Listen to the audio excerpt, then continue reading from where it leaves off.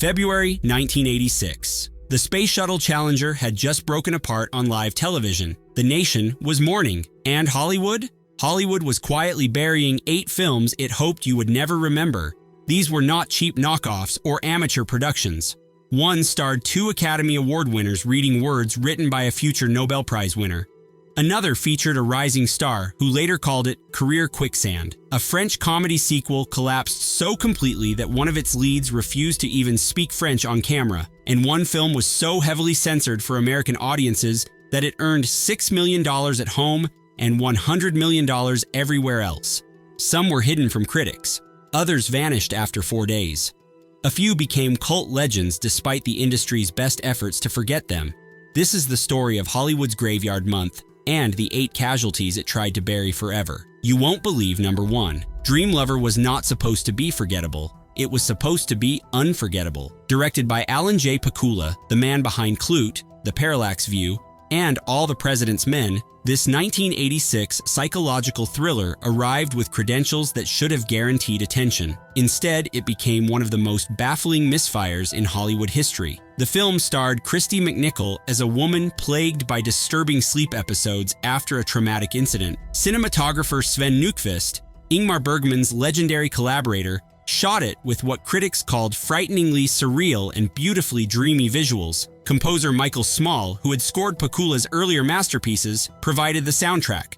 The creative team was formidable. The result was catastrophic. MGM released Dream Lover into just 171 theaters with almost no marketing. Opening weekend brought in $202,733. Total domestic gross landed at $502,237. Leonard Maltin called it abysmal, noting that an intriguing concept was torpedoed by snail-like pacing. The Los Angeles Times dubbed it the worst kind of sleeper, a sloggy zonker with all the energy of a tired dog. CinemaScore audiences gave it a D+. Today, Dream Lover exists as a footnote in Pakula filmographies, occasionally confused with the completely unrelated 1993 James Spader thriller of the same name. It won the Grand Prix at the Avoriaz Fantasy Film Festival, but even the audience there reportedly showed displeasure at the announcement.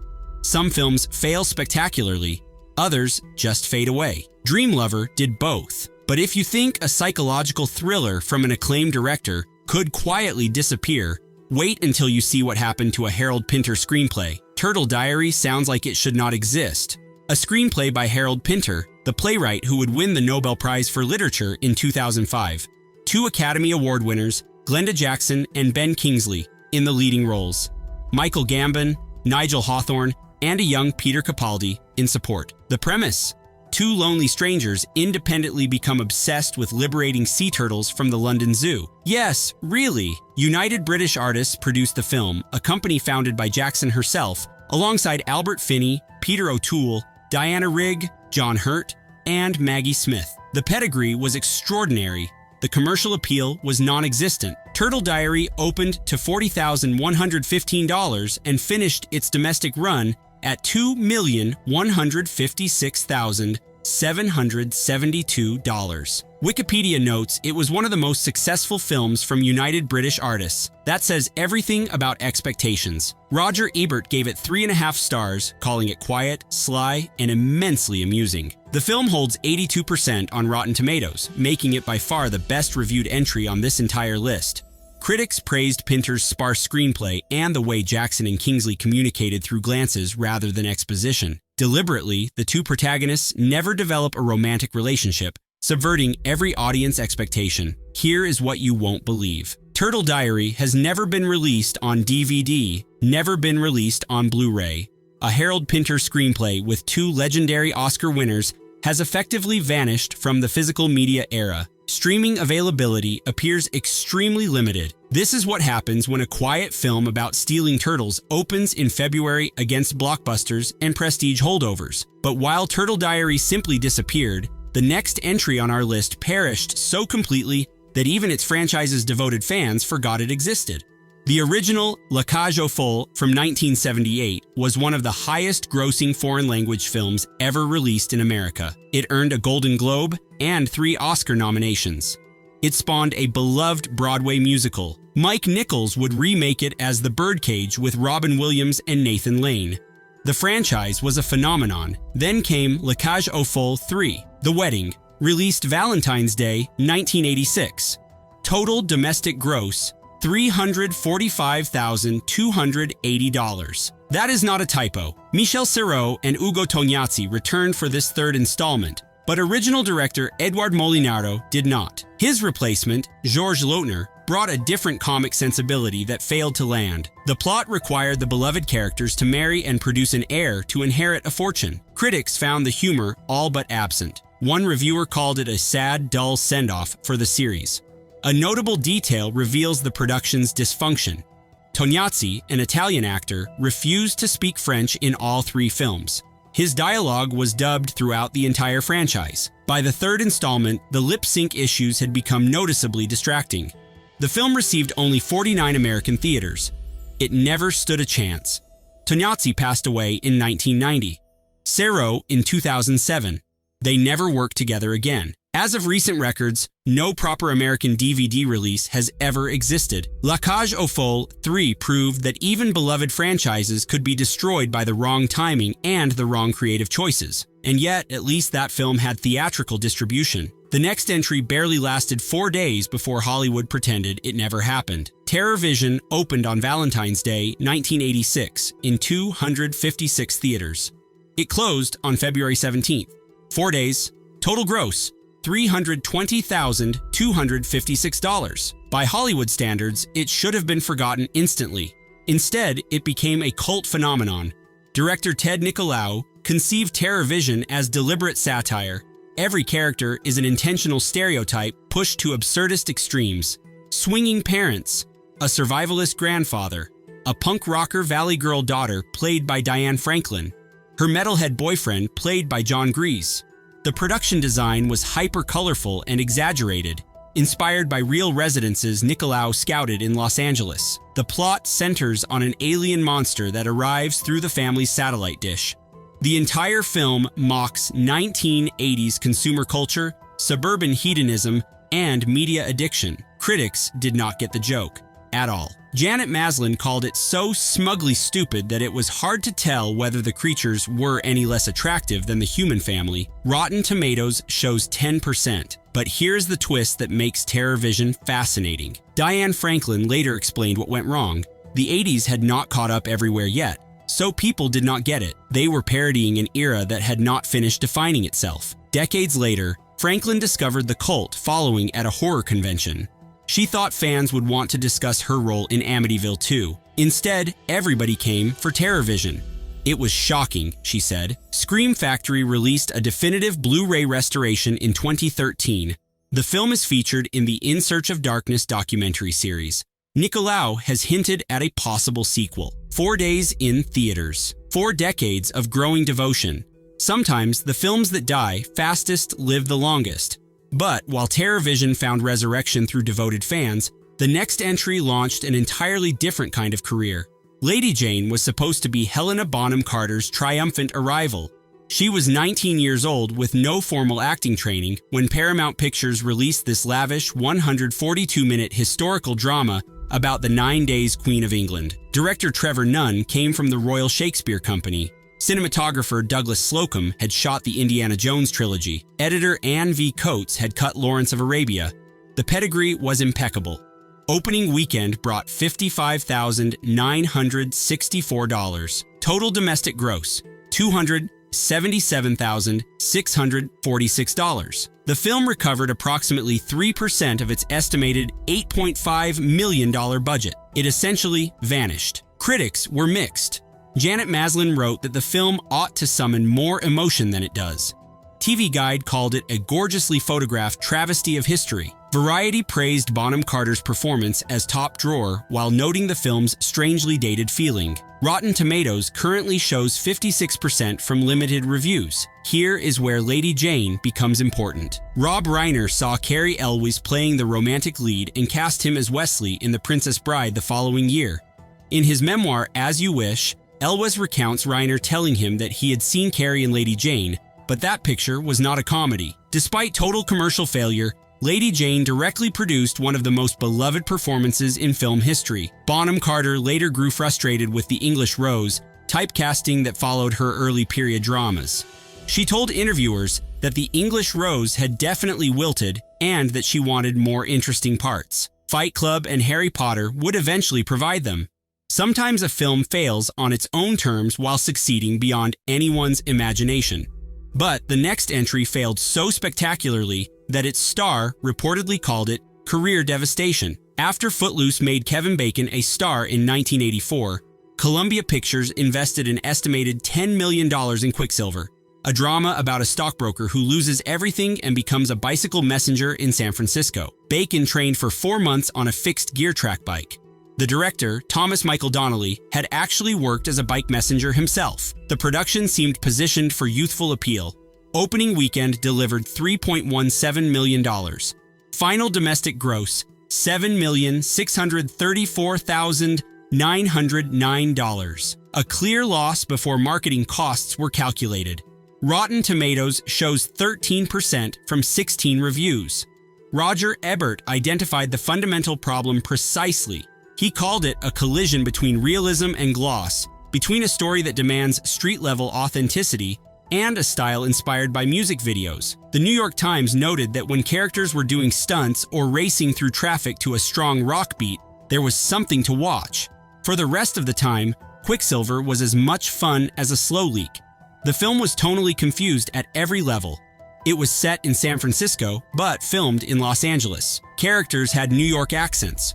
It tried to be a drama, romance, thriller, sports movie, and MTV showcase simultaneously. The cast included a young Lawrence Fishburne, comedian Louis Anderson, and Jamie Gertz, who is now a billionaire and co-owner of the Atlanta Hawks. Perhaps the most telling detail, the only verified quote from Kevin Bacon about this period comes from discussing Flatliners 4 years later. He called it the first movie he was in since Footloose that made any money. Quicksilver lives in that gap, the wilderness years. But while Bacon's career eventually recovered spectacularly, the next film on our list was attacked so savagely by critics that it seemed destined for permanent dismissal. They were wrong. The Hitcher opened on February 21, 1986, and immediately faced some of the most hostile reviews of the decade. Roger Ebert called it diseased and corrupt.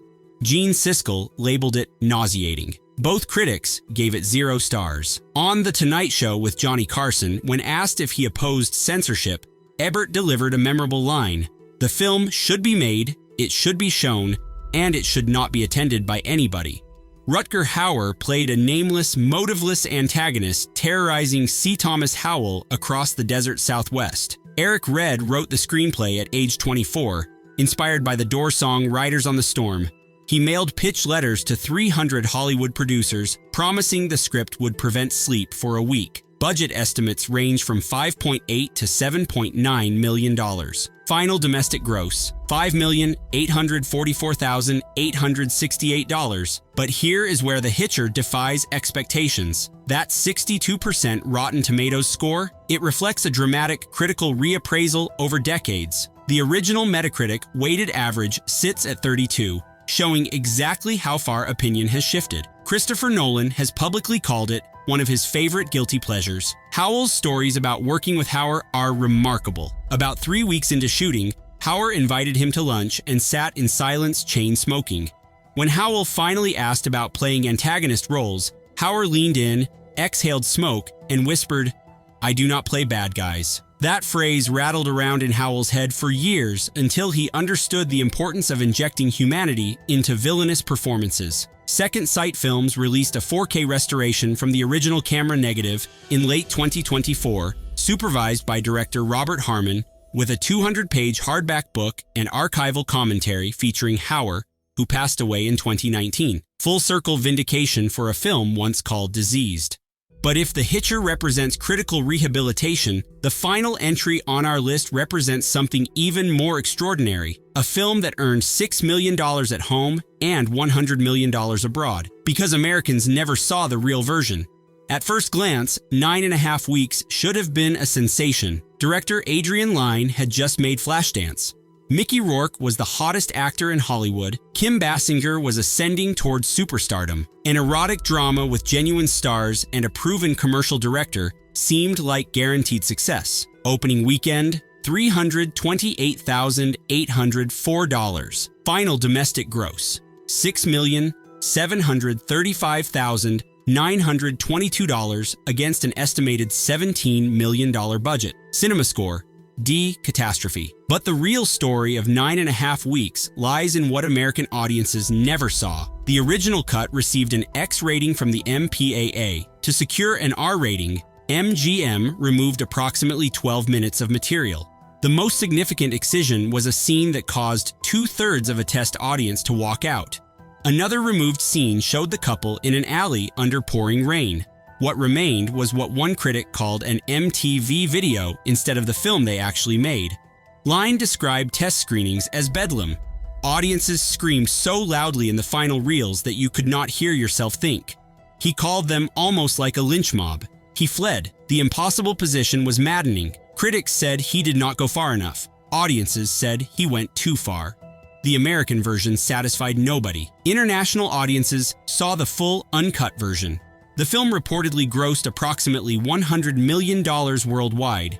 It played for 5 years at a single Paris cinema, 30 months at São Paulo's Cine Belas Artes. Europe and South America embraced what America rejected. Kim Basinger has been its most passionate defender for decades.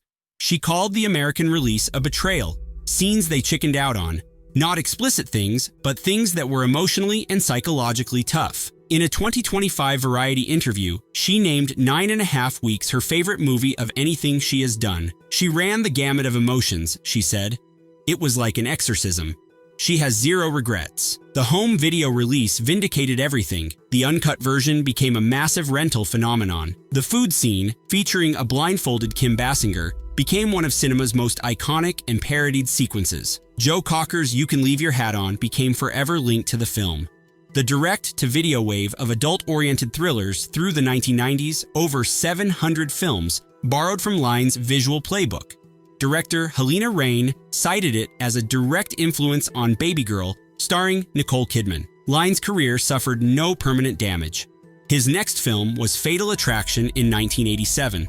$320 million worldwide. 6 Oscar nominations, including Best Picture and Best Director. 9.5 Weeks failed not because audiences rejected it. It failed because the studio rejected it first, then gave audiences a censored version that pleased no one. The real film found its audience anyway. It just took longer. February 1986 was supposed to be a graveyard. Studios sent 8 films there, expecting them to disappear quietly. Some used star power, some used prestigious screenwriters, others used shock value or satirical ambition. What they all had in common was timing that guaranteed failure, but graveyards have a way of giving up their secrets. The Hitcher got its 4K restoration and Criterion-level treatment. TerrorVision became a convention favorite. 9.5 Weeks earned its international reputation through patience. Even Lady Jane contributed something eternal by leading directly to The Princess Bride. These films were not failures. They were misplaced, dumped in the wrong month, released to the wrong version of America. Were they casualties of Hollywood indifference or survivors of corporate cowardice? How many of these February 1986 casualties have you actually seen? Which one shocked you most? The Harold Pinter screenplay that has never been released on DVD, or the erotic drama that earned $100 million overseas but failed at home? If you made it this far, you have earned that like button. Subscribe for more hidden Hollywood history and forgotten film disasters. Because sometimes the best movies are the ones Hollywood tried hardest to bury. See you in the next one.